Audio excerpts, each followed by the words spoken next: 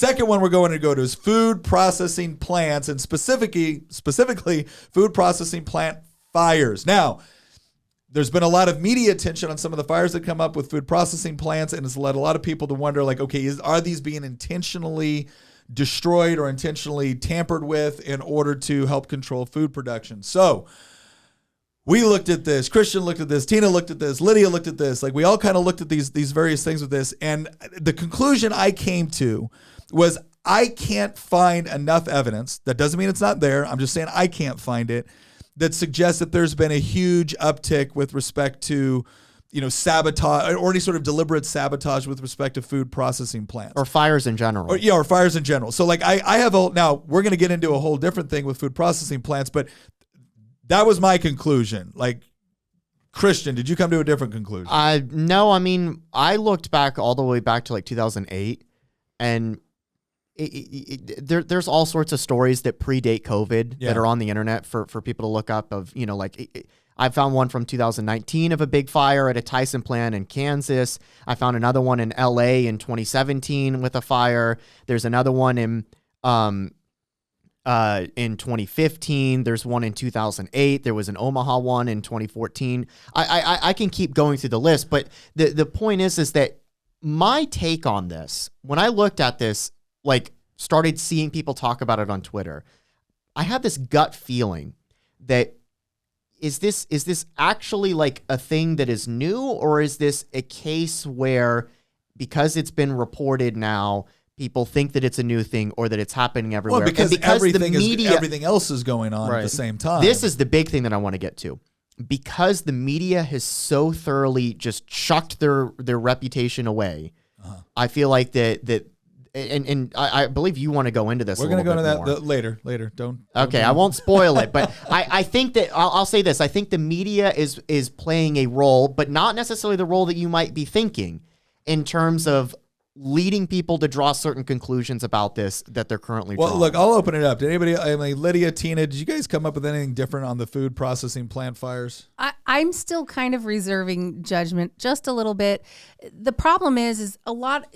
So on the internet, you can find list after list after list of all of these food plants catching fire and things like that. One interesting thing that I noted is this is also previous food processing plants. So there was a diamond nut factory, whatever plant in Live Oak, California, that caught fire, caused a huge thing. It was a catastrophic loss. Oh, by the way, it hadn't been in production for many years, but that's what it used to be. So people who are touting this conspiracy are holding up things like that. And you're going, wait a minute, that's not even in production anymore. That place was shut down. It was abandoned. Yeah. So, so there's a few things like that. There are a lot of explanations that can be had for this, because in food processing, fire is used in the process a lot. And you've got exhaust systems and everything else. And,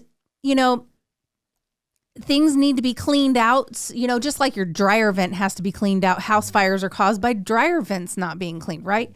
So I think that you've got, like, people are really combing over this microscopically right now. And I think, my theory is really it's that people are looking at this now more than they ever would have before. And I think the reason why is because back in 2020, we all were faced for the first time since the Depression with shortages suddenly. And suddenly here in the land of plenty, in America, we are seeing shortages.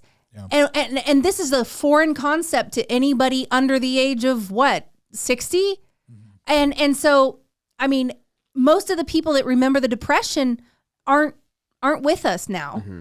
And so this is the first time people are suddenly realizing that, oh my gosh, in this land of abundance, we can actually run out of things. Yeah. And now they're looking at empty shelves. They're looking at a lot of different factors that have contributed to this, to various shortages. A lot of it has to do with the labor losses during COVID. Yeah. And so it's going to take time for everything to catch up. But I think people are really focused in on it now because it's hurting them in a way it never has before. What we're not saying is that this doesn't look weird. It does look weird. It does look weird. But but I think Tina's onto something. I think when you have a point where, okay, let's say you had 3 or 4 fires a year, and you've had 3 or 4 fires a year for 10 years, but in every other year that you had it wasn't such an impact that it was affecting what you saw on the shelves in the store. You didn't see increased prices. You didn't see shortages. And then all of a sudden you add all these other things with lockdowns, with supply chain, with COVID and all this, and you compound all of that. And then now all of a sudden there's a lot more attention on it. Plus the impact of that individual, fire, it is significantly greater. So plus the data isn't really there to see. I pulled up an article. This is a good point.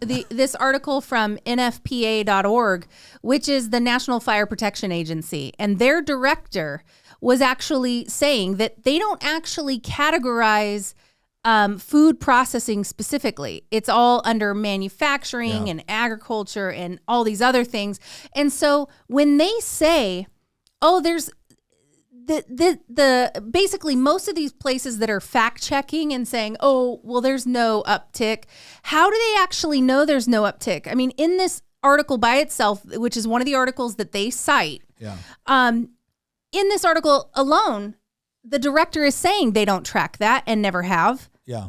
And so if they don't track it, how do you know that it's not higher? And that's why a lot of us are kind of going, hello, media, why are you using circular reasoning here? Well, this goes into a point, too, where you'll see them, like they did this with green energy. Well, they'll cite a study saying 97% of scientists agree X, Y, and Z. And then scientists that were a part of the studies that they contributed to those studies will come up and be like, I don't agree with your conclusion. Well, but you're on the study that we cited. I'm like, yeah, but the role I had on that study was this, this, and this. And I don't agree with your, well, we're citing the study and you're on the study.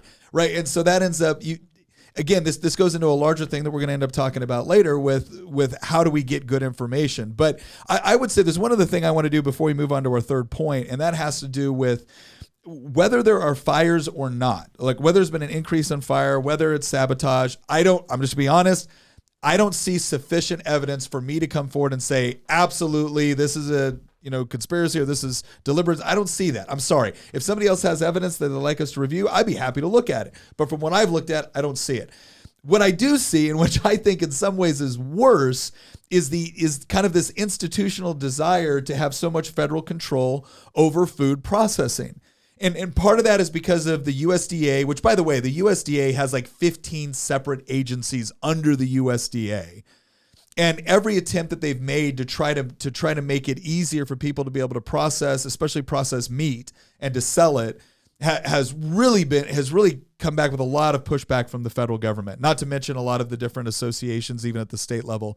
In fact, if you go to the HR 3835, one over. There you go, that one. All right, this is actually the Prime Act. This is something that Congressman Thomas Massey put forward, and part of it, he's just trying to do greater exemptions for people to be able to process meat and not have to go through the onerous regulations of federal inspection, because the federal inspection rules are really there for interstate commerce. It's not supposed to be something that affects every single thing that is sold within the state. However, the federal government will use its clout to pressure states to limit the amount of food processing that can take place. And they did this in Maine. Maine actually passed a pretty comprehensive food freedom bill. And the USDA came in, the federal government came in and essentially told Maine, if you allow this to go into a law, we're going to pull your USDA-approved food processing plants.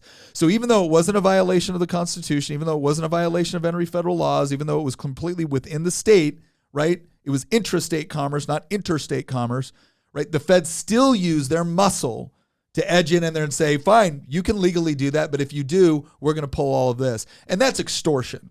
And so, I've carried food freedom legislation in Virginia. It's incredibly difficult to get food freedom legislation. Anything that's truly expansive is very, very difficult. You not only run into the federal government, you run into a lot of bigger industries that, bottom line is, they don't want a lot of smaller producers to be able to provide this. And it's always done under the auspices of consumer safety. But this is something that Thomas Massey's tried to do in order to provide a little bit of deregulation with informed consent. So it's not like somebody in the state level. It's like somebody is slaughtering a cow in their backyard, packaging it up and selling it to Safeway, right? That's not what's going on here. It's more more like direct person-to-person sales. And that's the direction I think we need to go. And because, okay, great. The federal government has some jurisdiction when it comes to interstate commerce, but there needs to be more options, because what we're seeing, and this goes back to Tina's point, I'm not ready to say that there's some sort of conspiracy here with respect to food processing plant fires.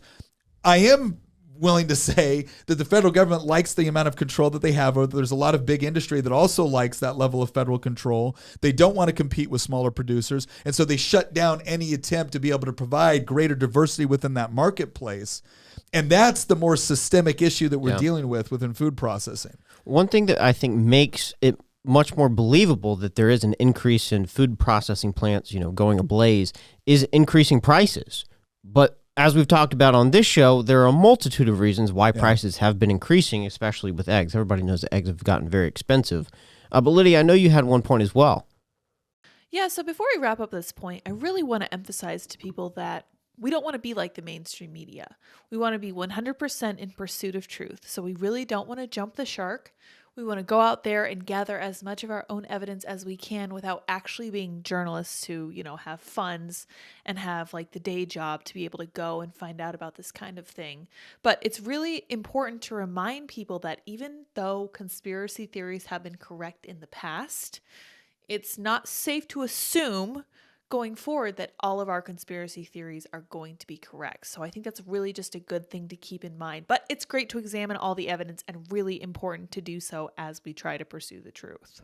No, I think it's again that is the point of what we're trying to do here. We're not going. Look, I'm not going to tell you something is a certain way because I think you want to hear it. I'm going to tell you if I think it's actually true. And there may even be danger in believing it if it leads to a situation where we do rely on the federal government to try and fix the problem. Well, that and I think Jordan Peterson has this statement that I really like, and he goes, "Telling the truth will always get you the best outcome that was possible." That doesn't mean it gets you a great outcome sometimes. People can get mad at you. People can get frustrated with you. But I would say on number 2, the plant fires, I don't see it as being any sort of coordinated, thing. I just don't.